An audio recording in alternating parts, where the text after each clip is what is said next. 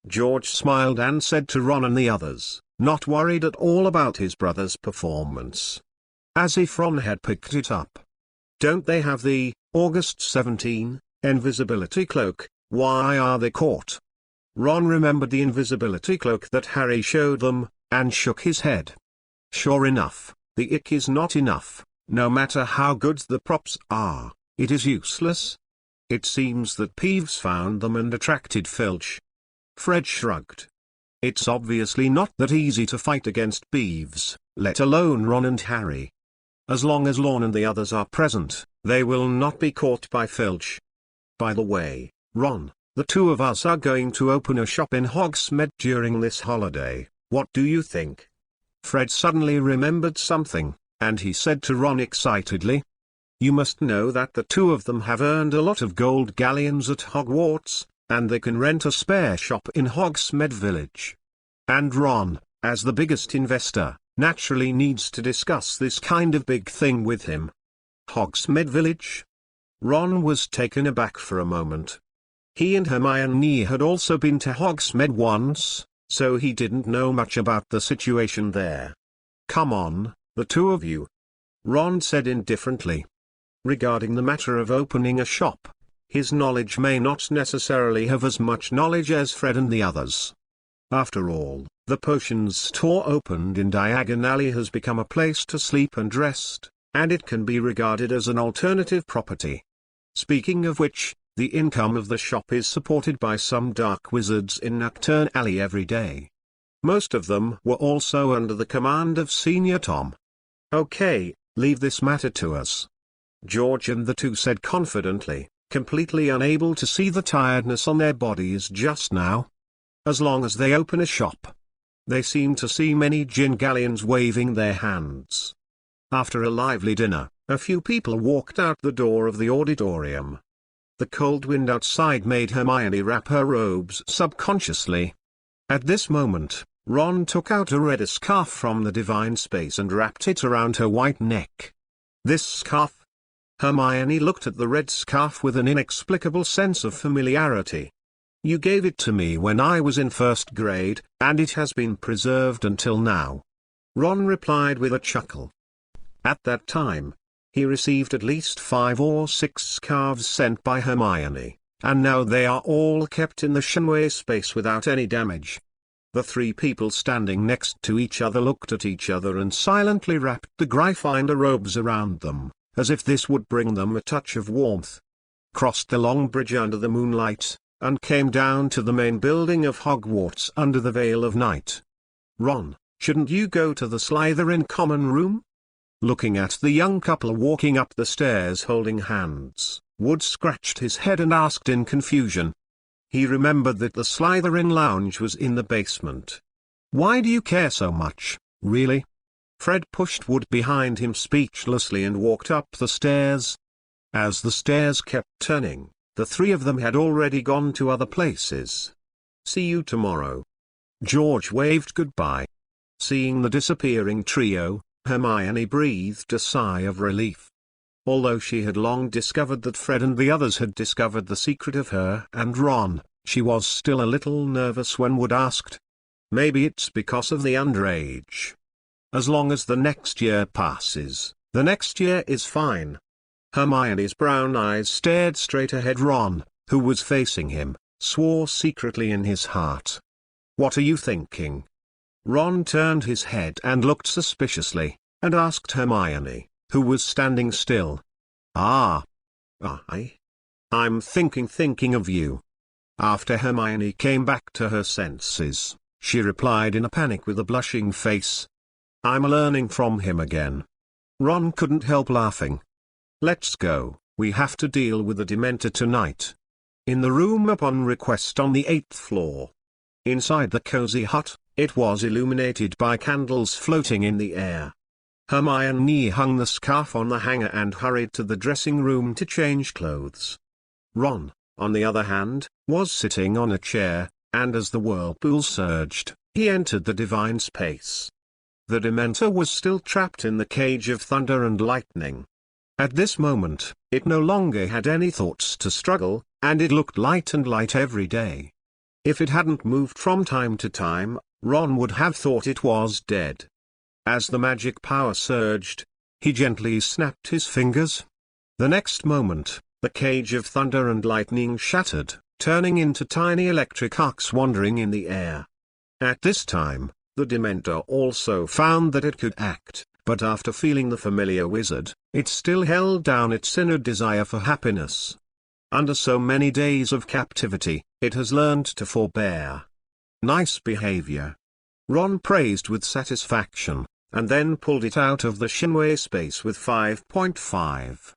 And Miss Hermione, who was outside, had already changed into a set of snow-white rabbit pajamas, and was sitting on a chair looking at the biography in her hand. The next moment, Ron's figure appeared in place as the space was torn apart, and a shivering Dementor came out with him. Is this the Dementor that attacked us that day? Hermione blinked her beautiful eyes and asked Ron. Of course it is, and now you can practice with the godly guard. Ron said with a smile. The Dementor that was released felt that the wizard was still there, and didn't dare to move at all. However, at the next moment, it seemed to see a silver-white rabbit running towards it. This nasty spell. Can you two be individuals? Chapter 241, Wolves and Rabbits are also a good match. Call God to protect. Seeing the Dementor who was stunned, Hermione eagerly picked up her wand and chanted the spell with a sweet voice. Immediately afterwards, a silver-white light erupted from the tip of the wand. This time, the light was stronger than the previous ones. Indistinctly, an azure blue figure suddenly appeared in the silver-white light. That is the exclusive patron sound of Miss Hermione. The light dissipated, and a little blue rabbit appeared in the air, its long ears constantly shaking. This. A rabbit?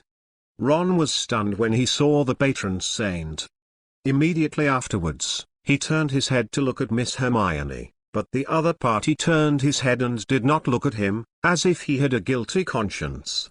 Each wizard's patron saint is different, because their shapes are changed according to the emotions displayed in the heart of the spellcaster.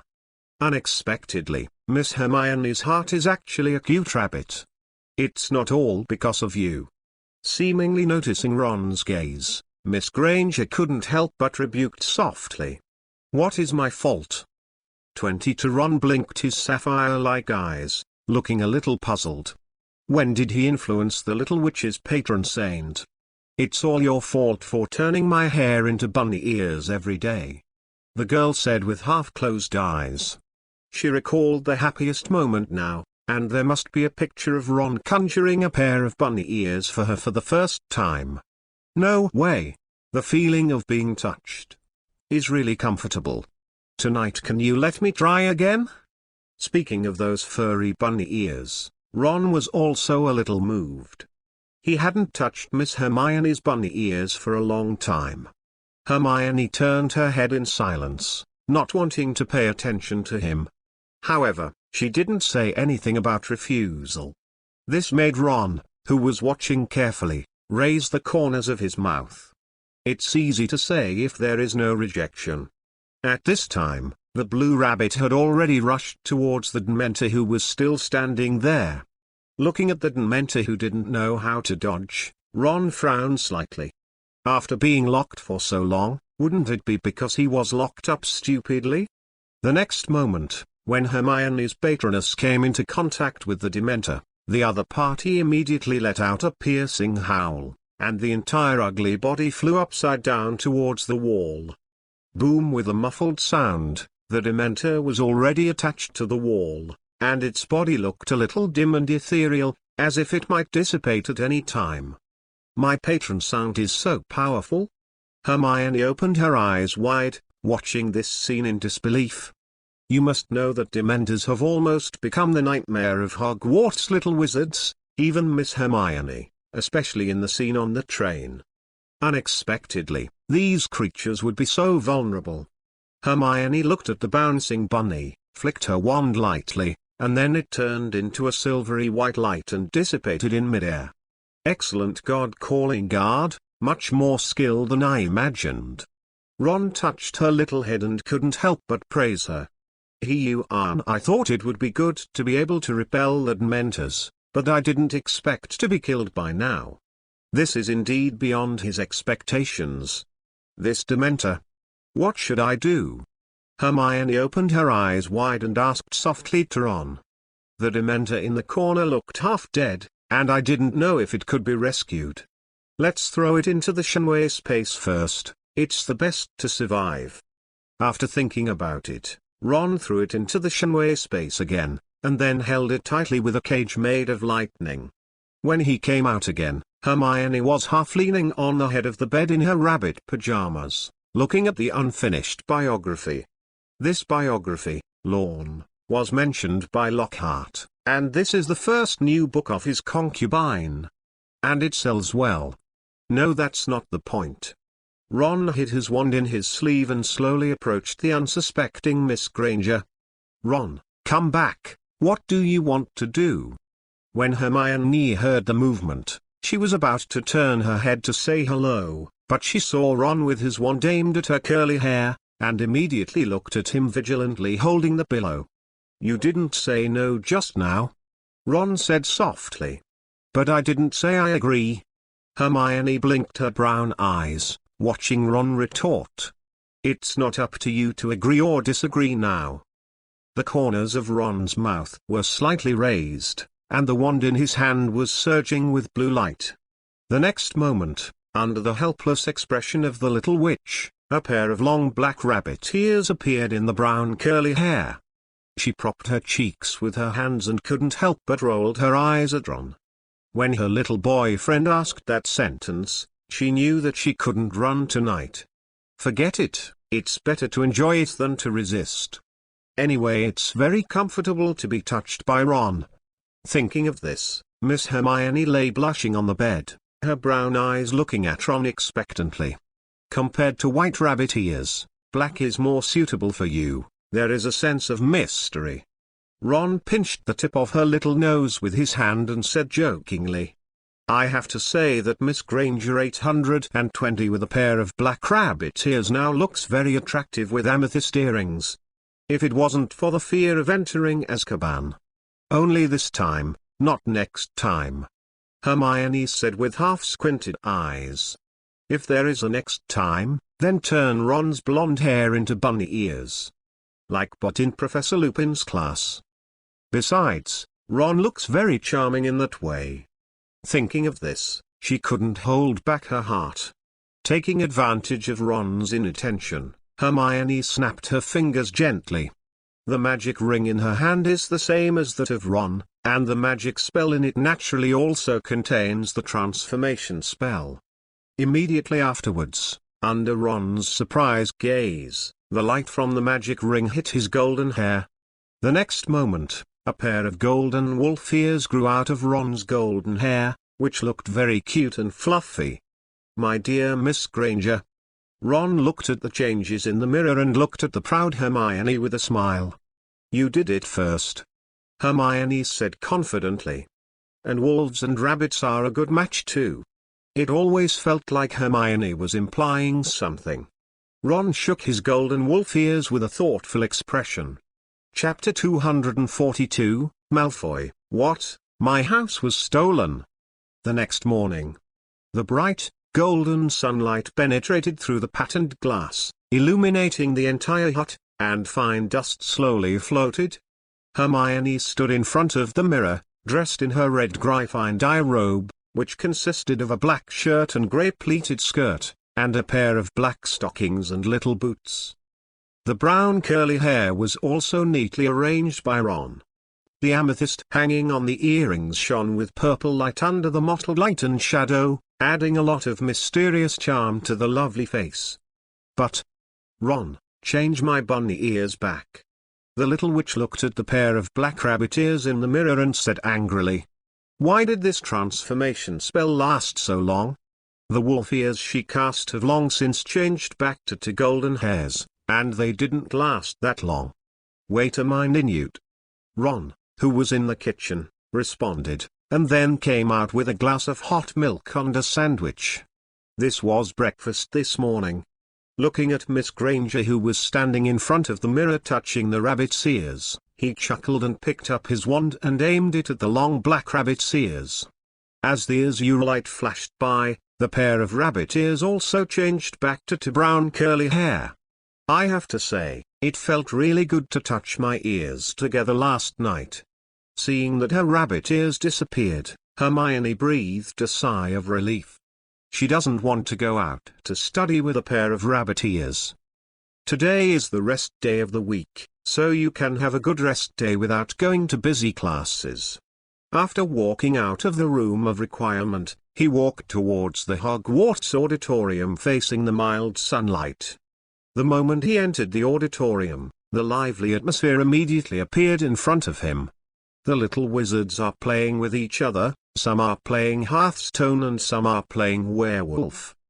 The Weasley brothers' werewolf was sold out immediately after it was put on the shelves, and even Professor McGonagall bought a set. From what George had heard, Professor McGonagall probably wanted to use it at a party at Three Broomsticks. Speaking of which, you are going to Hogsmeade Village soon? This is the first time for you in the third year to go out! Fred said happily to Ron and the others. When the little wizards came to the third grade, they would organize a trip to Hogsmeade Village to play. At that time this was to be signed by the person in charge. After hearing this request, Harry, who was still curious, immediately collapsed. He knew that the Dursleys wouldn't sign the paper. So that means Harry may be alone at Hogwarts. Ron, what are you going to do? Thinking of Ron, who was an orphan, Harry hesitated and asked. If Ron couldn't go either, he just happened to stay with him. Ron thought for a while and replied. Maybe I'll ask Professor Flitwick or Professor McGonagall to sign it for me. Then can I get Professor McGonagall to sign it too? Harry's emerald green eyes lit up, as if he saw a glimmer of hope. Then in the next moment, Miss Granger ruthlessly extinguished this hope for him.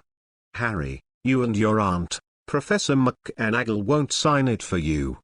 Hermione said softly. Yes. I have the Dursleys myself. I don't know why, but Harry actually envied Ron. I always feel that your eyes are very rude. Ron looked a little hairy, he couldn't stand Harry's gaze. Why can't you sneak out on your own? Fred, who was beside him, lowered his head and lowered his voice and said, like this kind of thing, just ask the two of them.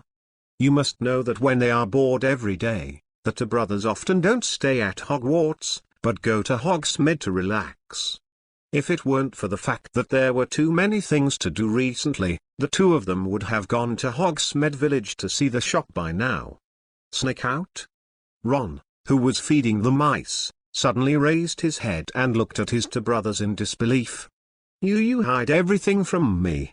You didn't ask us. George shrugged helplessly. Yes, if you ask, we will definitely tell you.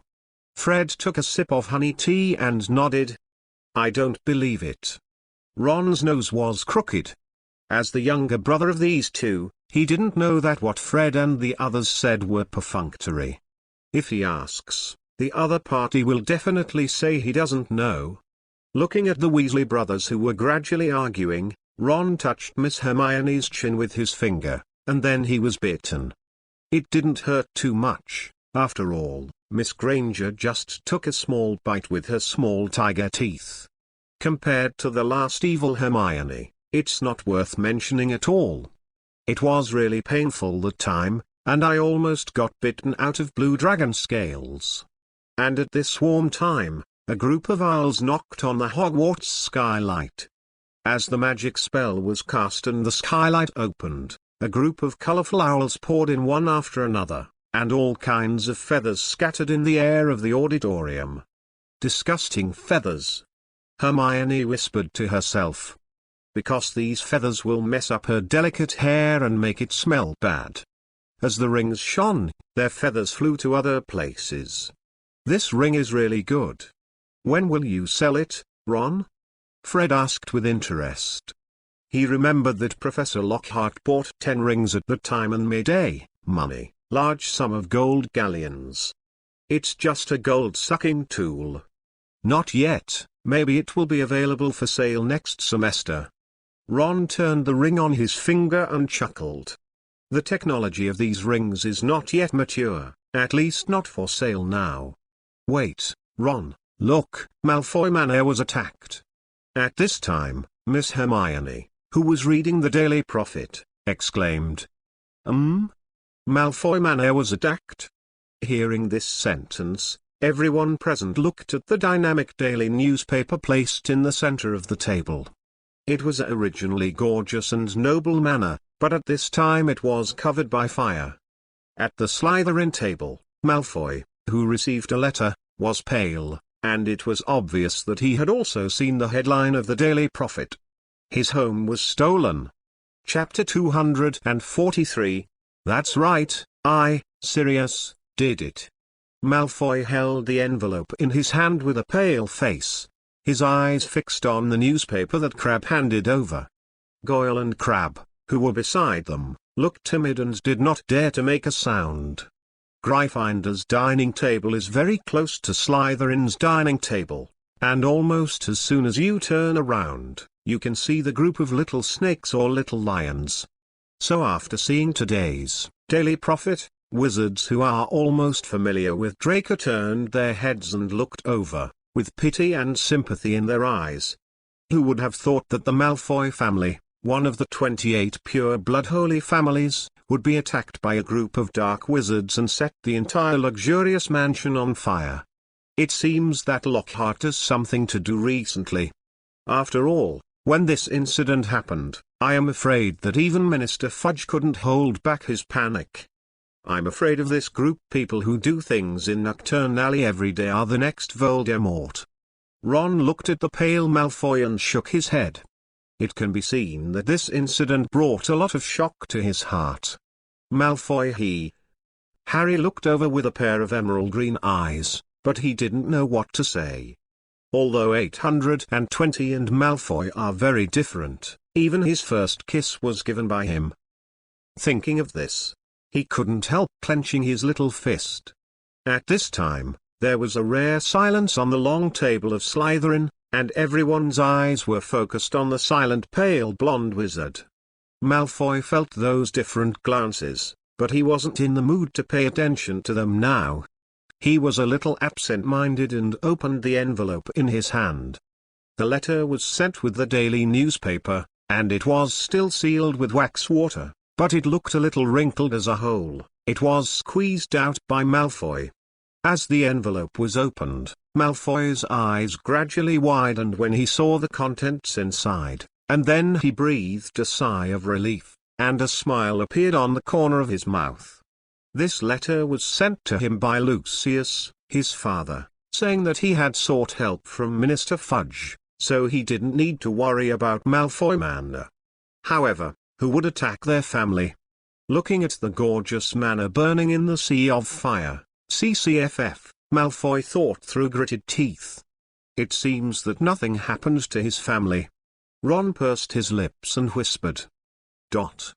Long time no see, you two. Inside the library, Mrs. Pince, who had not seen each other for almost a semester, recognized the two of them when they took the first step in the door. She smiled. The last time you two came to the library was. The last time. Since she couldn't remember the time, Mrs. Pince thought about it for a while and then gave up. Good afternoon, Mrs. Pince. Ron greeted politely as usual. After a brief chat, the little witch dragged Ron and ran to the corner of the library. Since house elves are serviced throughout Hogwarts, there is no need to worry about dust collecting in corner locations. Hermione wandered among the tall bookshelves, looking for books she hadn't read and was interested in. The two of them came here today mainly to replenish the inventory of the Room of Requirement. After all, the two of them have already read a book in the cabinet, and it would be a bit boring to continue reading. Okay, so much should be enough. We don't have to come to the library for about half a year. The little witch looked at the books on a table with her hips on her hips, and said with a slightly raised corner of her mouth. These are all carefully selected by her. As for Ron, the content of his reading is basically no different from Miss Granger. As long as she likes it, he likes it too. If Mrs. Pince heard what you said, she would be sad. Ron recorded the names of these books on a piece of paper and handed them to Miss Hermione with a smile. Are you too sure you want to borrow so many books? Mrs. Pince looked at the book list names in her hands in a daze, and the book titles were filled with all of them. This is beyond her imagination. What little wizard can read so many books? Can't I borrow so much? Looking at the stunned Mrs. Pince, Hermione asked softly. No. It's not impossible. Remember to return every book intact, Miss Granger and Mr. Gerald. Mrs. Pince looked at Ron, who was standing behind him holding a book, and said, Of course, Mrs. Pince. Ron smiled and nodded. After walking out of the library, the sky was approaching evening. The fire clouds on the horizon were slowly burning like a furnace, and the red sunset was reflected on the black lake. The two were walking on the long bridge of Hogwarts, and Ron's eyes subconsciously looked at the distant scenery. Maybe it's getting close to winter, so the forest in the distance is filled with a layer of mist, and it looks like a dream, like being in a fairy tale. At this moment, a pure white owl flew over from the sky in the distance, and it seemed that it was flying towards this side. Isn't that your owl? Hermione blinked and saw the white owl too. But didn't you just finish delivering the letter this morning? Why is it here again now? Before she could ask her doubts, the owl threw a letter over. Well, it was sent by Sirius. Holding this letter, Ron looked thoughtful. He seemed to know who had attacked Malfoy Manor. Inside the house upon request. As soon as she walked into the hut, Hermione couldn't help but lit a warm fire. No way, it's been too cold in recent days. There was even a layer of frost on the windows, as if winter was coming. Of course, those Dementors who are still wandering are not excluded. Ron hung Slytherin's robe on the hanger, then sat at the table and opened the letter from Sirius. As for the content of this letter, he now has a guess. The envelope was slowly opened, and the contents of the letter were presented in front of his eyes. Ron took a few glances, only to see one sentence. The matter of Malfoy Manor is my little boy Wolfstar did it. Chapter 244, The Black Dog of the Screaming Shack. Looking at the letter in his hand, Ron only saw one meaning. That's what happened at Malfoy Manor, it's what Sirius and Senior Tom did together. At that time, Sirius never thought that the angry words he casually mentioned would be seriously considered by Tom and implemented. It's just that Lucius and his wife happened not to be at Malfoy Manor, so they only caught a house elf in rags. Before leaving, Sirius also set a fire along the way. He had long disliked Lucius as a Death Eater. Who wrote you a letter? Holding a cup of hot coffee, Hermione walked behind him and asked curiously. It's Sirius. The letter said that he will come to Hogwarts tomorrow. Ron selectively didn't talk about the Malfoy Manor. It's better not to let the little witch know about this kind of thing. Good. Miss Granger just needs to enjoy the results. Didn't Sirius say he was coming to Hogwarts a long time ago? Hermione took a sip of the hot coffee, and the warm coffee made her stick out her tongue. Last time was delayed because of some things. If there is no accident, I should come this time. Ron threw the letter in his hand into the divine space and explained it. At that time, because Senior Tom needed some manpower, Sirius was also pulled over to work as a coolie. In recent days, the weather has become more and more gloomy, and the temperature has gradually become colder. Hogwarts in the early morning was shrouded in a thick white fog, and there was a trace of frost on the branches. Hermione sat on the inside of the bed wrapped in a warm quilt, her brown eyes looking at the mist outside the window. I don't want to get up in this weather at all. She turned her head and glanced at the blonde wizard who was still sleeping next to her,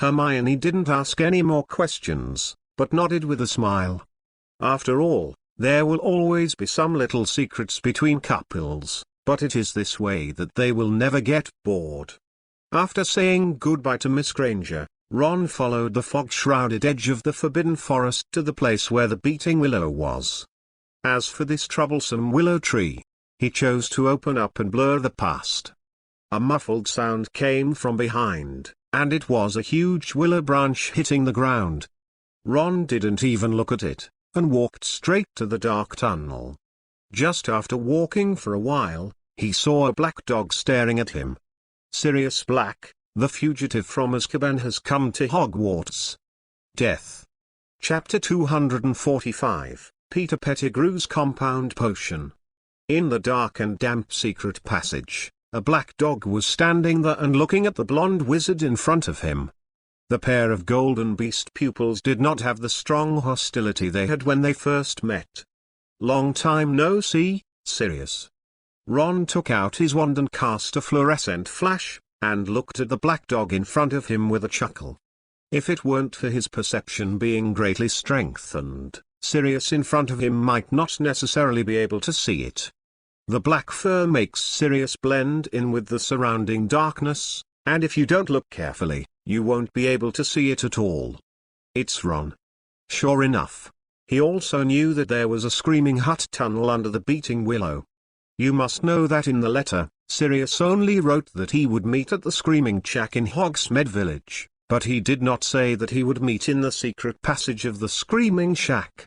It seems that he, 820, knew no less than the four of them at Hogwarts. Thinking of James and Lupin when he was young, a flash of reminiscence flashed in his eyes. The time when I was in school was simply the happiest time. Usually he would play pranks when he had something to do, or follow James to bully Snape's slug. With the release of the animagus form, Sirius Black, wearing a brown coat, stood in place. After almost a month's absence, the exhaustion and sleepiness on his face can no longer be seen, and even the originally messy long hair has been carefully managed. "Hey Ron, how did you discover this secret passage?" As soon as they met, Sirius couldn't hold back his curiosity and asked aloud. "This secret passage?" After thinking about it, Ron took out the Marauder's map from the Shenway space, and threw it directly to him. The map clearly marked the mysterious passage under the willow, but it did not draw the destination. I didn't expect you to even get the Marauder's map." Sirius stared wide-eyed at the folded map in his hand, and exclaimed in disbelief. The three of them took a long time to make this map specially used for mischief. As for Peter Pettigrew, he has selectively forgotten about it. That timid mouse has nothing to remember. After all, it was the three of them who protected Peter Pettigrew who was being bullied, but what about him? But he betrayed James and Lily with a whistleblower. That damn rat. When Sirius saw Wormtail on Marauder's map, his expression gradually became hideous. This map was stolen from Filch's solitary cell by the Weasley brothers, and was given to me as a gift. Ron held a wand that flashed blue light, and walked slowly past Sirius's side. "This is not a good place to chat, let's go to the Screaming Shack first." After hearing this, Sirius turned around and followed in the footsteps of the little wizard in front. Looking at this slightly thin figure, he subconsciously remembered the Tom in Nocturne Alley. The wizard from Slytherin has absolute ambition and means, and he planned the recent attack on Malfoy Manor. Sirius never thought that his momentary angry words would be taken seriously. But after the event was over, looking at the flaming gorgeous manor, I was still very relieved. It's a pity that Lucius Malfoy was not in the manor that day, so Tom only caught a house elf in rags. Inside the Screaming Shack. Since Miss Hermione cleaned it with a spell the last time she came here, there was not much dust in the whole dilapidated house.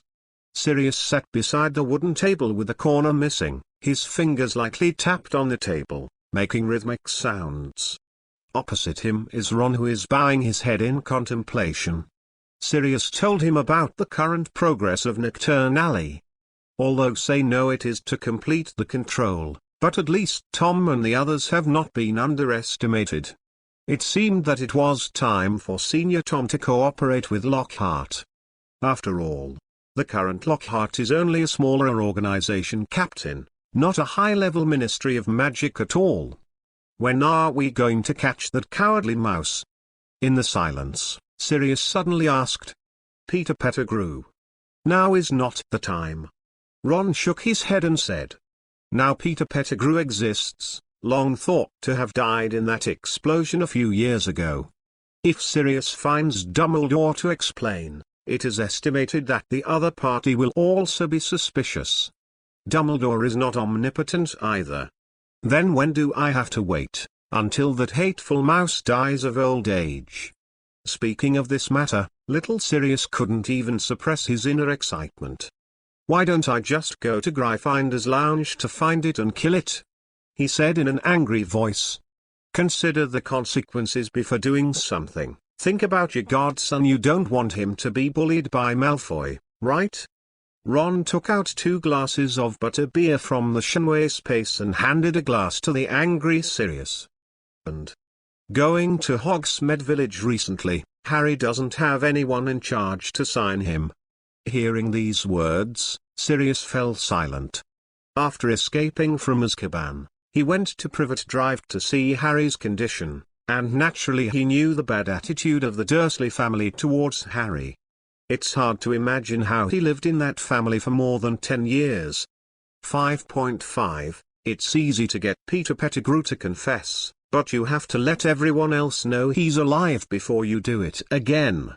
Ron looked at Sirius with light blue eyes and said, I'll go to Gryffindor and change it back now. Sirius raised his head and said fiercely, Don't worry, there's no need to startle the snake now. Ron shook his head, and then took out another bottle of dark green potion from the space, which looked like poison. What is this? Sirius asked suspiciously. Although he didn't know him, he felt something was wrong just by looking at the color. Peter Pettigrew's compound potion, maybe you will need it.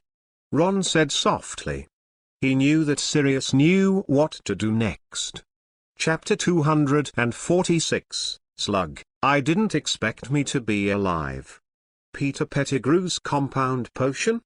When Sirius heard this, he stared at Ron with wide eyes. He still knows some steps for the production of compound potions. One of the most critical materials is the human hair that needs to be turned into, which means he has already been in contact with the timid mouse. You must know that the preparation time of compound medicines is very long, usually in months. The compound medicine is given to you. You should know what to do next, right? Ron could see Sirius' doubts, but he didn't explain, but asked directly. Peter Pettigrew's hair has a lot of hair in his storage room. As for the compound potion, he brewed a dozen bottles in his spare time when he was in the 1st grade.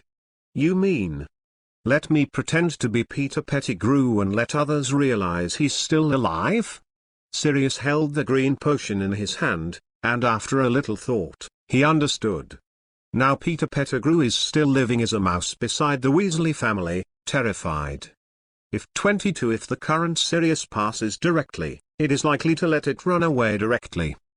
At that time, it will be difficult to find.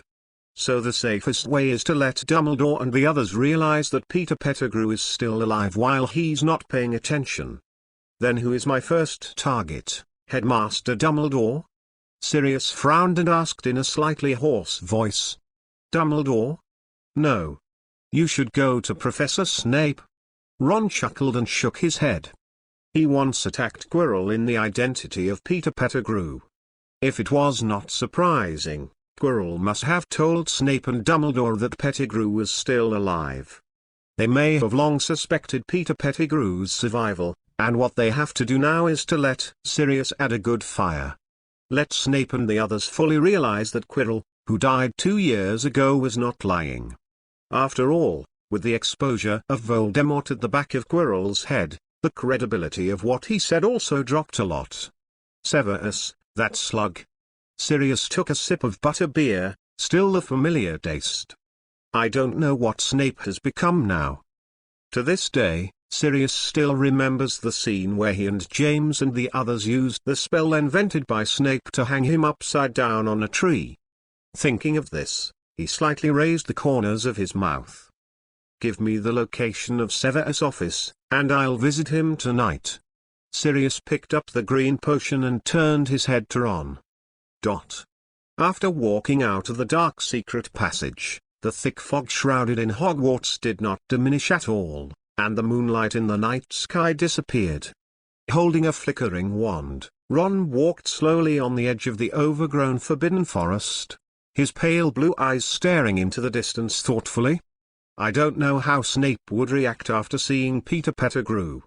But speaking of Snape's words, it seems that the matter of resurrecting Lily will soon be put on the agenda. After all, their Dean's birthday is coming soon. On his birthday, you must give him a big surprise. After the cold wind blew for a while outside, Ron activated the divine power teleportation. As the mist twisted into an irregular vortex, his body was gradually inhaled. At the same time, in the silent 8th floor corridor, Ron's figure gradually emerged. However, before he was ready to open the room of requirement, a slight sound rang behind him. This voice is very light. If it weren't for his hearing being strengthened by the Dragon Slayer crystal, he probably wouldn't be able to hear it. When Ron turned his head, he saw a scrawny black cat with dark grey fur, standing quietly behind him, with a pair of smart eyes staring at him. It's Mrs. Norris. Since the cat was here, that meant Filch's pesky watchdog was nearby. Be obedient and go back to your master. The scarlet scythe in Ron's eyes flashed, and he said softly with a smile. And Mrs. Norris, who was about to scream, was stunned. It slowly raised the cat's head, and its original eyes had been replaced by scarlet kaleidoscopes. Looking at Mrs. Norris, who was gradually walking away, Ron shrugged, and then opened the door of the room of requirement. As soon as he stepped into the cozy cabin, he was stunned. I don't know when, Miss Hermione had already fallen asleep on the table. The whole table was full of books and looked a little messy. There was a book and a notebook under her cheek, and an ink-stained quill was held in her small white hand. Miss Granger went to bed so early today? Ron walked gently to her side, raised his head and glanced at the clock hanging on the wall. It's only about 10 o'clock in the evening. But after remembering that he used the time converter this morning, he nodded clearly. Then he picked up Hermione in the form of a princess hug, and walked towards the big bed. Ron. Hermione seemed to sense something. She rubbed her sleepy eyes, raised her head slightly, and saw her little boyfriend. Well, I'm always here. Ron dotingly touched her smooth forehead with his head, and said softly in her ear, Go to sleep first, I'll clean up the things on the table first.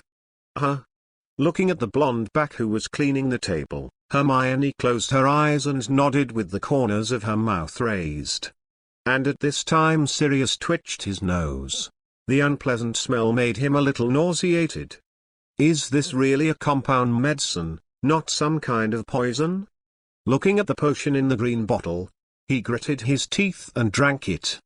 BFFT, as soon as he took the first sip, Sirius couldn't help but spit out 823. Is this really something that people drink? But fortunately, the medicine started to take effect. The next moment, his stature began to shrink gradually, and his stomach swelled. Messy dry hair, wretched face. Boom. Sirius resisted the anger in his heart and smashed the mirror in front of him with one punch. Now is not the time to think about this, let's hurry up and find Snape. If I remember correctly, the compound medicine should have an expiration date. The basement of Hogwarts. A black dog zips through the darkness, but his animagus form doesn't turn into a mouse. Inside Snape's office. Snape was standing in front of the desk, holding the materials on the side and putting them in the cauldron, including spider legs, Seeds of Bittig Hoard. This pot is full of the wolf poison potion that Lupin needs. It is worth noting that there is also an old photo frame placed on the solid wood table. It was a little witch with a smile and green eyes. And right now, there was a knock on the door. Snape frowned slightly and looked at the door of the room. I don't know who will come to him at such a late hour. But before Snape could speak, the wooden door slammed open. This is Araha Cave. Long time no see, Slug. I didn't expect that I'm still alive. A laughing voice that made him unforgettable sounded. Chapter 247, Peter Pettigrew, I must kill you. Slugs. And this familiar voice. It's the coward who only hides behind him. Snape raised his head, his wand held tightly in his hand, his cold eyes filled with shock and anger. The open door was creaked by the cold wind in the corridor, and a short, fat and wretched figure stood in front of the door, looking at him with a sneer. Peter Pettigrew. Snape suppressed his emotions and slowly said the name of the person in front of him. Sure enough, he wasn't dead. It seems that what Quirrell said at the time was true. I didn't expect you to remember my name now, Slug. Sirius. No, it was Peter Pettigrew who was holding the wisteria wood wand in his hand and aiming at Snape, who was standing opposite, he said in a slightly mocking voice. He snatched this wand from the wizard in Nocturne Alley, and it was quite easy to use. Oh, I didn't expect you to be alive. Look at the eyes before this ugly man, Snape said in a mocking tone. I thought Quirrell was deceiving me, but now it seems to be true. You were the one who attacked him in the first place. Who is Quirrell? Sirius narrowed his eyes suspiciously. He was imprisoned in Azkaban for 7 or 8 years, so naturally he didn't know the name. I haven't waited for him to react. On the opposite side, Snape looked at Peter Pettigrew in a daze, and instantly picked up the wand on the table and aimed it at his ugly head. You're really as useless as before. You just hide behind the three of them. Snape looked at the vigilant Peter Pettigrew with a sarcastic smile on the corner of his mouth. But I'm still very happy to see that you dare to appear in front of me without dying. Happy? Sirius looked vigilantly at Snape in front of him. He always felt that the other party knew something. What happened when he was imprisoned in Azkaban? Answer me a question, Peter Pettigrew exclamation. Snape walked out from behind the desk slowly, the wand in his hand was ready to go. He couldn't help taking a deep breath when he remembered the thing he wanted to know. Tell me, Lily's safe house, did you leak it to Voldemort? He couldn't hold back his anger-filled mood, and a trembling low voice rang out in the silent classroom. Like a volcano about to erupt, it can erupt any time, anywhere. However, after hearing this question, the opposite Sirius was completely stupid. Wasn't it supposed to be revealed by him? Why did Snape know the truth of this matter? Up to now, the situation in front of him has exceeded his imagination. Looking at Peter Pettigrew, who was silent and did not refute, Snape couldn't hold back his sneer anymore. His cheeks were trembling because his teeth were too hard, and even the steady wand in his hand began to float slightly, all of which showed that he was not at peace in his heart. Yes, that's what Peter Pettigrew did. Sirius also came to his senses at this time. The current matter is too complicated, he can't think clearly at all. Since you can't figure it out, don't think about it. Anyway, the purpose of his coming here this time is to let Snape know that Peter Pettigrew is the ultimate murderer. But he really didn't expect that the other party had already said everything when he came here.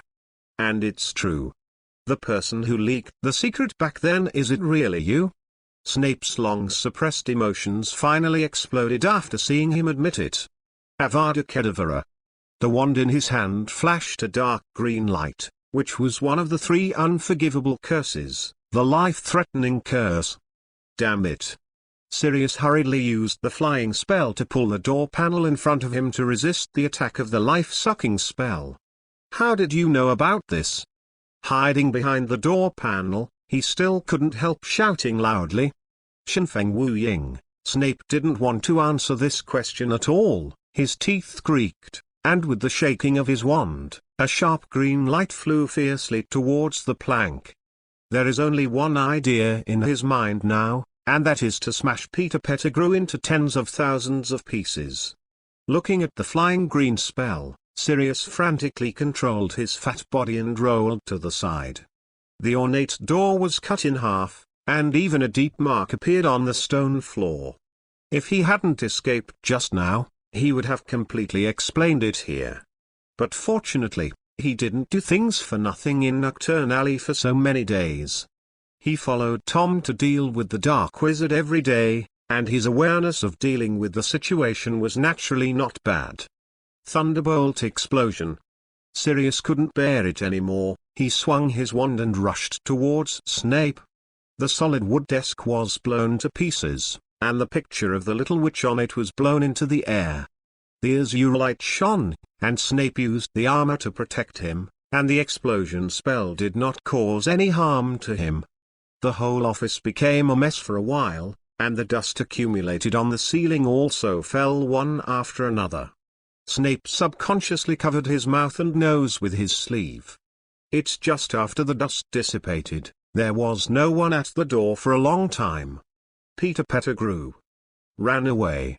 Professor Snape, what's going on? The money is good, a hurried voice came. Filch was holding Mrs. Norris and watching the scene in shock. What the hell happened? You go and tell Dumbledore that Peter Pettigrew is not dead and sneaked into this castle. Snape picked up the broken photo, and after a while of silence, he spoke in a hoarse voice. Peter Pettigrew, isn't he dead? Filch widened his eyes and repeated in disbelief. Snape didn't have time to deal with the shocked Filch. He turned his attention to the photo in his hand. This photo has been bombed less than half, and even the magic spell can't repair it. Because that half has been blown to ashes. Peter Pettigrew. He clenched his fists so hard that his complexion turned pale. I must kill you. Chapter 248. Now, we should go to Hogsmeade Village. Hogwarts at night. The black dog quickly shuttled through the stairs, and quickly flew out of the main building of Hogwarts. Under the foggy sky, everything in the Forbidden Forest seemed very mysterious and dangerous. Sirius sat beside a stout pine needle tree and sat on the ground panting. Damn, why is Snape so emotional? And how on earth did he know the truth of this matter? Sirius stared at the calm water pool and could not help but half squinted his eyes. It seems that a lot of things happened during the time he was imprisoned in Azkaban. At this moment, his eyes narrowed slightly. The originally peaceful water pool without ripples actually slowly froze, the cold air gradually rose, and the surrounding environment became extremely cold. It's those guys. A sentence that Sirius muttered to himself in disgust. Looking at the gradually withering flowers at his hand, apart from those dementors who lived by sucking people's happiness, he really couldn't think of any creatures that could cause such a situation. When he looked up, all he saw was a vast expanse of white fog, and there was no way to judge their orientation. In desperation, he could only cast his Patronus charm 823. Under the white mist, he walked in the direction of the beating willow. Get up, Miss Rabbit. Ron pinched the tip of Miss Hermione's nose, and soon the girl half opened her brown eyes. Miss Rabbit? Hermione blinked her beautiful eyes and understood the meaning of the name at once. Ron has always had many ways to address her. However, she didn't hate it, or rather enjoyed it. You get up first, and I'll make today's breakfast. Seeing the little witch woke up, Ron raised the corner of his mouth and walked into the kitchen. Okay, Mr. Wolf. Hermione chuckled lightly, and then half sat up with her petite body propped up. A pair of smart brown eyes looked out the window. Yesterday's heavy fog had dissipated, and they could clearly see the Forbidden Forest in the distance from here. The morning glow like broken gold gently sprinkled on Hogwarts, like the gold foil embellishment on a cake, adding a touch of artistic conception to the beautiful scenery. The weather is so nice today. The little witch raised the corners of her mouth and muttered to herself softly. After putting on the clothes that were placed by the bed, she quickly walked to the floor-to-ceiling mirror and tidied up her messy brown curly hair. At this time, Ron also came out with his breakfast. The apron on his body had taken off, revealing the black shirt and red tie that were covered. This suit was specially chosen for him by Miss Granger, because it looked like a couple's suit with hers. "Come for breakfast." Lorne placed the golden and crispy toast and omelette, the sausages on the plate, and poured 2 glasses of milk with the floating charm. A simple breakfast is done. Speaking of which, the two have never eaten in the auditorium of Hogwarts since using the time turner. Because I wake up an hour later than usual every day, for example, it is now around 7:30. If I go to the auditorium for dinner, it will take another half an hour. It's better to do it yourself. By the way, Professor McGonagall said we are going to Hogsmeade Village today.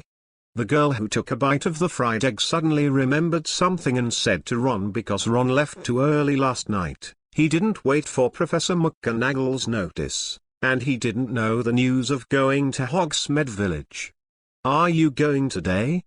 After thinking about it, Ron put down the silver fork and took out a responsibility book from the space. There is a signature written with a quill pen on it, which is Professor Flitwick's own handwriting. Fortunately, he was ready a day in advance. The time that Professor McGonagall, CCFF, said was 9 o'clock this morning. So the two of them went to the east gate of Hogwarts together after a short rest after eating. Because Hogsmeade Village is in the northeast of Hogwarts, the distance is also very close, and it only takes half an hour to walk there. In front of the fountain at the east gate, a lot of little wizards have gathered here, and their faces are full of curiosity and anticipation, because not everyone has been to Hogsmeade Village.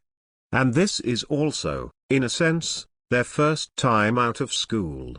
In the crowd, Ron saw Harry bowing his head and Ron comforting next to him.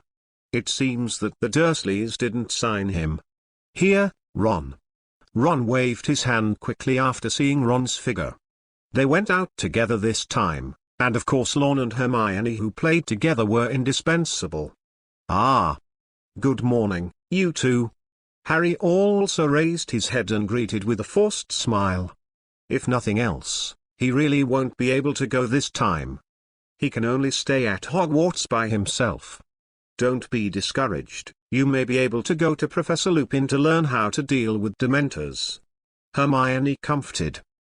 They all know that Harry has an inexplicable fear of Dementors, and it is better to overcome it during this period of time rather than being afraid all the time.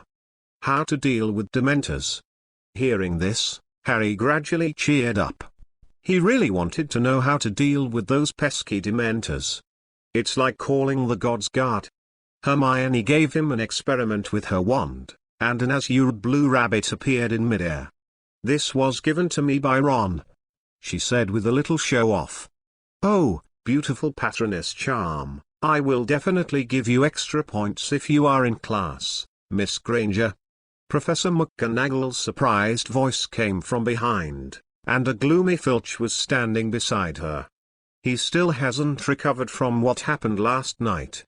After all, what Snape said at that time was really incredible. "Professor, I can go?" Harry asked reluctantly, holding the unsigned liability note. "Although I had given up hope, I still have to struggle." "Sorry, Mr. Potter, you can't go out without a signature." Professor McGonagall shook his head regretfully. Then, she said loudly, "Now everyone hand in their note, we should go to Hogsmeade Village now. Come late, by the way, squatting flowers and squatting tickets." Chapter 249, Ron, I shouldn't have followed you too. "Okay little wizards, now hand over the responsibility note in your hands to Mr. Argus, and then stand in an orderly line," exclaimed Professor McGonagall. Filch, who was standing beside her,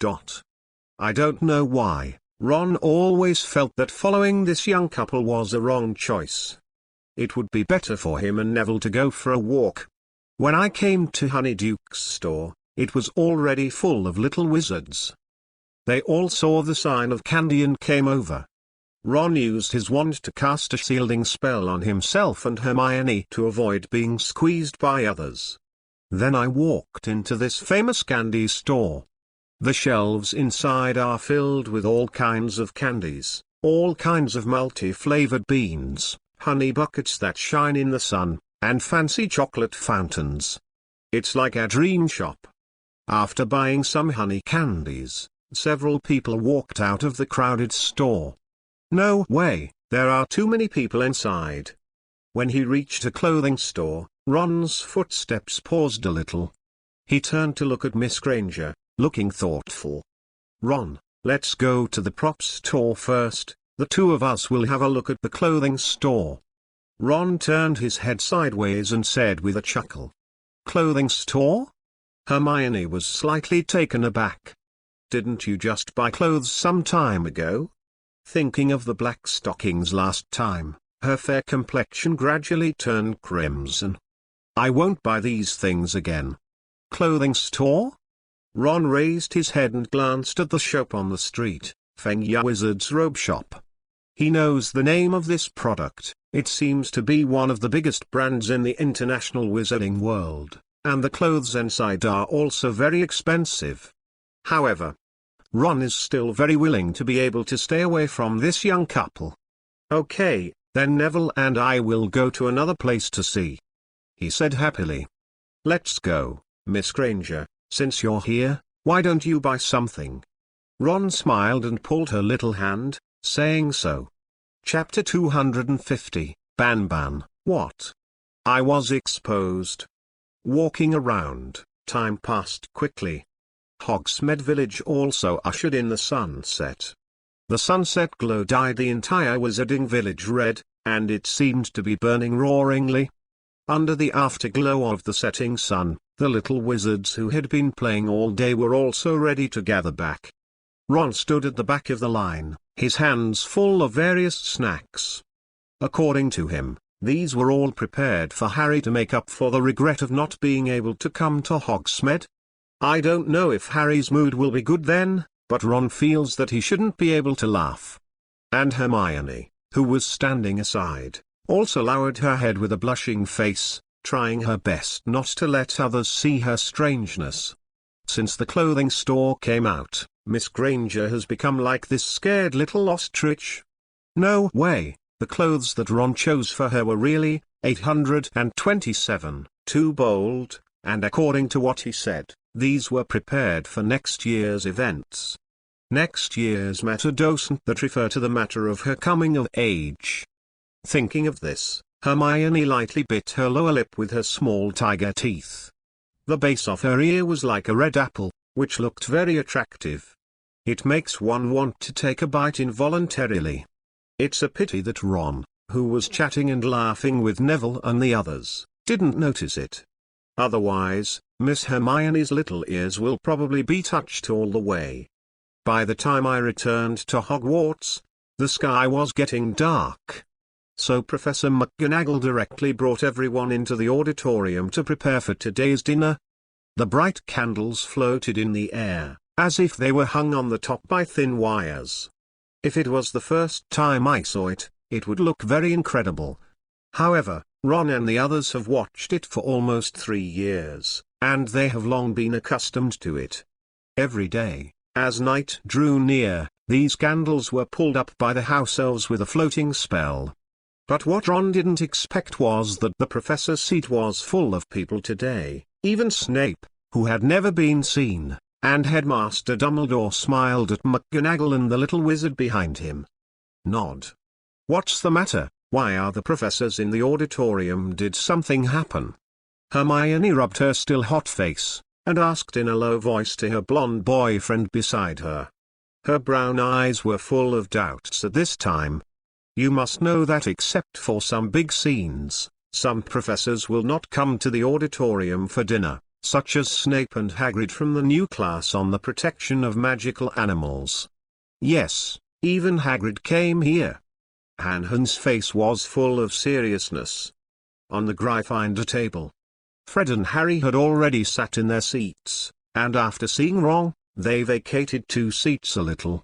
Ron sat next to Fred, while Hermione sat next to Ginny, who hadn't seen him for a long time.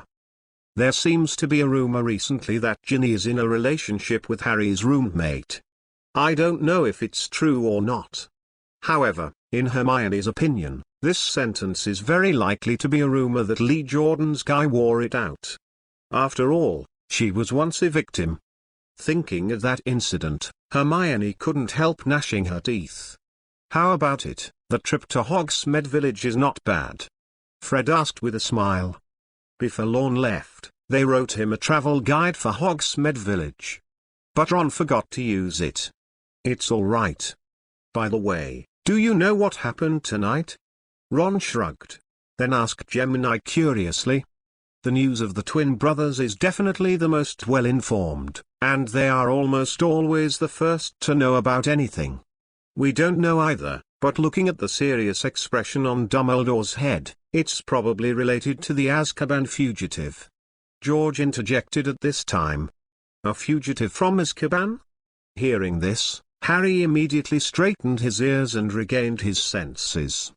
He was silent at Ron, who was chattering about Hogsmeade Village. Isn't Azkaban's fugitive his godfather Sirius? Could it be Sirius was caught or sneaked into Hogwarts? Harry's emerald green eyes widened, looking at Ron nervously. He knew that Ron definitely had news of Sirius. Unfortunately, Ron doesn't know either. After all, he gave Sirius a bottle of compound medicine last night, and then the room of requirement would hug his little girlfriend to sleep on the pillow. Noticing Harry's gaze, Ron shook his head slightly. With Sirius' strength, he shouldn't be caught behind Snape's back. Probably. After the few little wizards in the back had all arrived, the door of the auditorium was quietly closed, and the candlelight swaying in the air was particularly dazzling. The whole auditorium was lively and lively. The next moment, Dumbledore knocked on the goblet with a silver fork. The sound was very imposing and slight, but it could clearly reach everyone's ears. Ron raised his head and looked over with a pair of pale blue eyes. He also wanted to know what happened recently. Little wizards, although I don't really want to disturb everyone's meal, I have to say one thing before this dinner party starts. Headmaster Dumbledore crossed his hands on the table, his expression gradually serious under the half-moon glasses. The whispers in the auditorium disappeared, and all the wizards looked at Headmaster Dumbledore. Even Professor McGonagall was a little puzzled. Obviously she didn't know what happened. But seeing Hagrid sitting next to him also had a serious face, and she didn't show any doubts on her face. Now in Hogwarts, there is an extremely dangerous figure 5.5. He is Sirius Black. Ron exclaimed, attracting the attention of several people around him. Harry gave him a dissatisfied look. Besides Sirius Black, who else could be in danger? Could it be Voldemort? Ron shrugged helplessly. In his pocket, a khaki mouse also showed a small head, and looked at Dumbledore with green bean-like eyes. He was also waiting for that answer. He is Peter Pettigrew, Dumbledore said softly, his eyes flat, as if the name was no surprise to him. But after hearing the name, Banban's eyes widened immediately. What's the situation? How could I be exposed?